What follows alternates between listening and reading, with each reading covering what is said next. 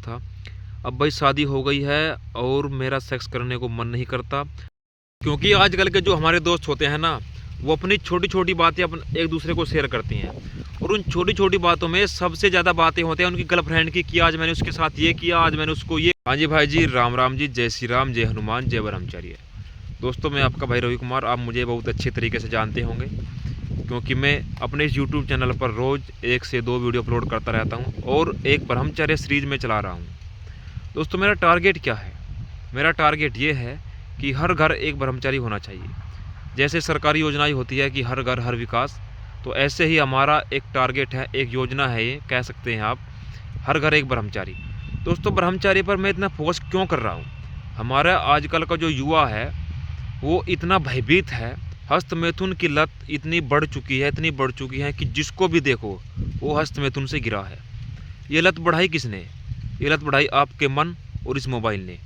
जिस मोबाइल में आप मुझको देख रहे हो, सबसे ज़्यादा मैं इसकी भूमिका इसमें मानता हूँ, क्योंकि आजकल 5G 4G का ज़माना है और जब से ये बड़े फ़ोन आए हैं तब से हस्त मैथुन इतनी बढ़ती जा रही है। लोग गलत गलत क्रियाएं करके, गलत गलत मूवीज़ देख के, अब तो बस आपके एक क्लिक की देर है। जब आपने एक क्लिक किया तो वीडियो आपके सामने होंगी और आप उनको देख देख कर मोबाइल में अपने साथ गलत व्यवहार, गलत क्रियाएं कर रहे हैं और आप हस्त मैथुन इतनी ज़्यादा कर रहे हैं कि आपने अपने लिंग की नसें को कमज़ोर कर दिया है। लिंग की नसा कमज़ोर होने से क्या हो रहा है? आपका वीर्य पतला हो रहा है, आपकी नसें खराब हो रही हैं और जिससे आपको एक बहुत ही बड़ी बीमारी लग रही है, जिसको बोलते हैं सोपन दोष, दांत गिरना, शीघ्र पतन। ये आजकल की ये 3-4 मुख्य बीमारी हो गई है। भाई, अगर आपने समय रहते इन बीमारियों को कंट्रोल नहीं किया तो आपको धीरे धीरे एक बहुत ही बड़ी बीमारी होगी, जिसको हम बोलते हैं नपुंसकता। नपुंसकता एक ऐसी बीमारी है जिसमें इंसान संभोग करने लायक नहीं रहता, क्योंकि उसके जो लिंग है उसमें तनाव बिल्कुल ख़त्म हो जाता है और वीर्य अपने आप निकलता है। और एक समय ऐसा आता है जब उसका उठना बैठना सब बंद हो जाता है। तो ये नपुंसकता कहीं आपको ना आ जाए, तो मैं आपसे कहना चाहता हूँ भाई दोस्तों, ब्रह्मचर्य का पालन कीजिए, इन गंदी आदतों को छोड़ दो, क्योंकि ये तुम्हारा बेड़ा गर्क करवा के ही मानेगी। मैं जो कहता हूँ बिल्कुल खुलेआम कहता हूँ और आपके सामने कहता हूँ। और हमारे आजकल के युवा पता क्या कर रहे हैं? पढ़ने की उम्र में गलत क्रियाएं कर रहे हैं। जहाँ उनको पढ़कर अपना कैरियर बनाना चाहिए, उस समय वे हस्त मैथुन का इस्तेमाल कर रहे हैं, गलत गलत चीज़ें देख रहे हैं, फ़ोन में मूवीज़ देख रहे हैं। क्योंकि कहने का मतलब ये है कि कहीं ना कहीं आप गलती कर रहे हैं और इस गलती का खामियाजा आपको भुगतना होगा। आज नहीं तो कल इसका खामियाजा आपको भुगतना पड़ेगा। और आजकल तो ऐसा ट्रेंड चल गया है कि हमारे जो नौजवान हैं, शादी करवाने से भी डर लगने लग गया है। क्यों? क्योंकि उन्होंने गलत क्रिया इतनी की है, उन्होंने अपने ऊपर उनका विश्वास नहीं रहा कि हाँ, मैं इस लायक बचा हूँ या नहीं। भाई, मैं आपको क्यों बोल रहा हूँ? क्योंकि मैं सब भुगत चुका हूँ। मेरे साथ ऐसी ऐसी घटनाएं जीवन में हो चुकी है। अगर आपके जीवन में हो गई तो आप भाई कहीं के नहीं रहोगे।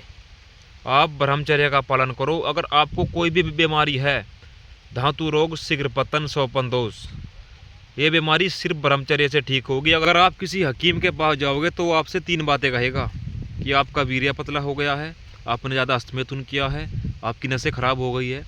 और जहाँ उसने ये कहा कि आपकी नसें खराब हो गई है, आप संतान पैदा नहीं कर सकते, इसका इलाज करवाना होगा, तो आप डर जाएंगे। अब हकीम कहेगा कि इसके इलाज के लिए 4,000-5,000 रुपया खर्चा होगा, तो आप कहेंगे कि हकीम साहब, चाहे आप 10,000 ले लो, पर हमारा इलाज करो, हमारी नसें ठीक करो। हकीम को पता है, क्योंकि ये एक ऐसा टॉपिक है, एक ऐसी बीमारी है, इसमें आपसे चाहे वो जितने रुपए ले ले, आप उसको दोगे, पर आप ब्रह्मचर्य का पालन नहीं करोगे। आप 10,000 रुपये दे सकते हैं, 5,000 दे सकते हैं, पर ब्रह्मचर्य का पालन नहीं कर सकते।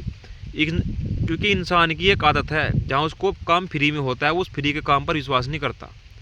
जहाँ पैसे देकर के काम होता है वो उस काम पर विश्वास करता है।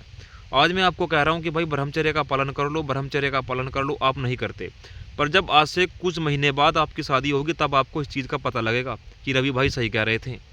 काश अगर उस दिन हम ब्रह्मचर्य का पालन कर लेते तो आज हम सही होते। जब तुम्हारी शादी होगी, तुम्हारी पत्नी आएगी ना, तब तुमको पता लगेगा कि रवि भाई ब्रह्मचर्य पर इतना जोर क्यों दे रहे थे। क्योंकि संसार में कोई अपना नहीं है। पत्नी को खुश करने के लिए एक अच्छी सेक्स पावर की ज़रूरत होती है, और जो आज तुम ब्रह्मचर्य नाश करके गवा दोगे। वही बात है, कल सुबह की मैं सुबह सो के उठा तो मुझको एक मैसेज आया इंस्टाग्राम पर। भाई बोल रहा है कि प्लीज़ भाई हेल्प मी 3-4 बार उसने मैसेज लिखा। मैं बोला कि मैं कहा भाई सुबह सुबह क्या बात हो गई। भाई बोलता है कि रवि भाई मुझे आपसे कॉल पे बात करनी है, अपना नंबर दे दो। मैं बोला कि भाई नंबर तो मैं आपको नहीं दे सकता, पर हाँ आप मैसेज में टाइप कर सकते हो। भाई बोला कि नहीं बहुत ही ज़रूरी है, मुझको आपसे कॉल पर ही बात करनी है। तो मैंने कहा कि भाई चलो इंस्टाग्राम पर ऑडियो कॉल कर लो।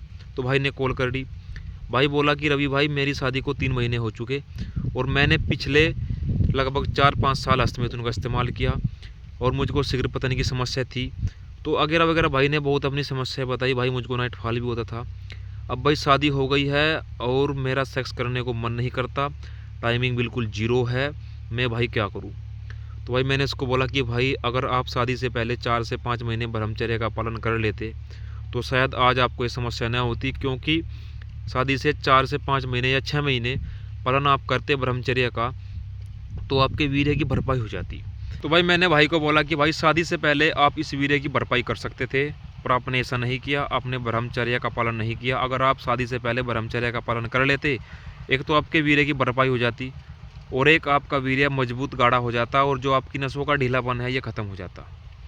आपने शादी कर ली, अब शादी के बाद आपके वीर्य की भरपाई नहीं होगी, क्योंकि एक तो आपने वीर्यनाश पहले बहुत किया है, अब शादी के बाद आपको संभोग भी करना है, तो आप वीर्यनाश की भरपाई नहीं होगी। कुछ करो, मैं बहुत समस्या में हूँ। तो भाई मैंने बोला कि भाई देखो अब आपका इलाज तो कोई स्पेशलिस्ट डॉक्टर हो वही कर सकता है। तो मैंने भाई को साफ साफ मना कर दिया कि भाई आप किसी वेद हकीम से मिलो, देखो हमारे बस की बात नहीं है, क्योंकि अब बात हद से ज़्यादा गुजर चुकी है। तो भाइयों कहीं आपके साथ ऐसा ना हो, अगर आपको कोई प्रॉब्लम है शादी से पहले ही उसका इलाज करा ले या फिर आप ब्रह्मचर्य का पालन करें, क्योंकि ब्रह्मचर्य का पालन ही एकमात्र उपाय है जो आपकी सभी समस्याओं को ठीक कर सकता है।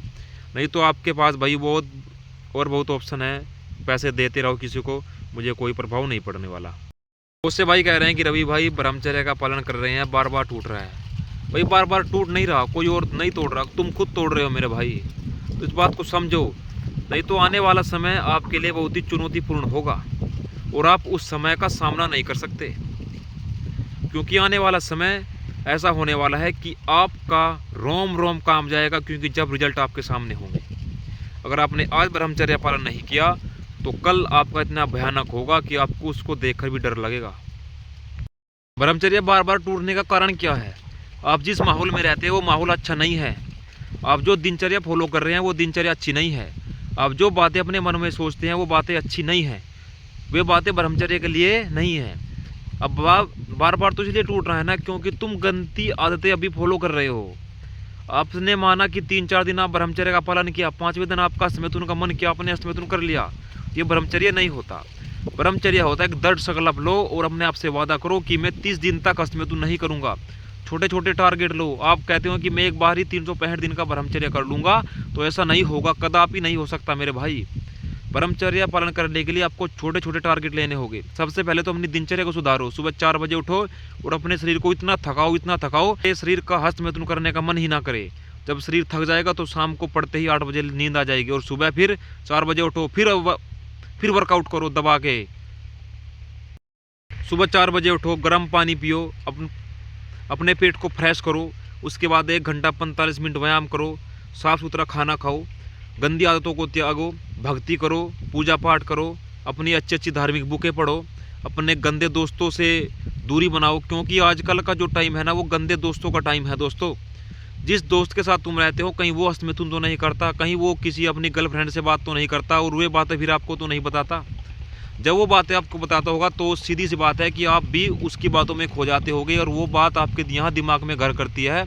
और फिर जब आपका मन रात को उस बात को सोचता है तो तुम उसी टाइम हस्तमैथुन करते हो और अपने मोबाइल में गंदी गंदी फिल्में देखते हो। सीधी सी बात है दोस्तों कि आपका संगत भी बहुत अच्छी होनी चाहिए कि ब्रह्मचर्य पालन आप कर रहे हैं तो आपकी संगत ऐसी होनी चाहिए कि आपके आसपास के लोग बहुत ही शुद्ध हो और अच्छे विचारों वाले हो। जब आपके आसपास के लोग ही अच्छे विचारों वाले नहीं होंगे तो आप ब्रह्मचर्य का पालन नहीं कर सकते। क्योंकि आजकल के जो हमारे दोस्त होते हैं ना, वो अपनी छोटी छोटी बातें एक दूसरे को शेयर करती हैं और उन छोटी छोटी बातों में सबसे ज़्यादा बातें होती हैं उनकी गर्लफ्रेंड की, कि आज मैंने उसके साथ ये किया, आज मैंने उसको ये कहा, कल मैंने उसको ये कहा था। तो जब ये बातें तुम सुनते हो तो तुम्हारा माइंड भी ख़राब हो जाता है और तुम सोचते हो कि ऐसी गर्लफ्रेंड हमारी भी होती, हम उसके साथ ये करते वो करते।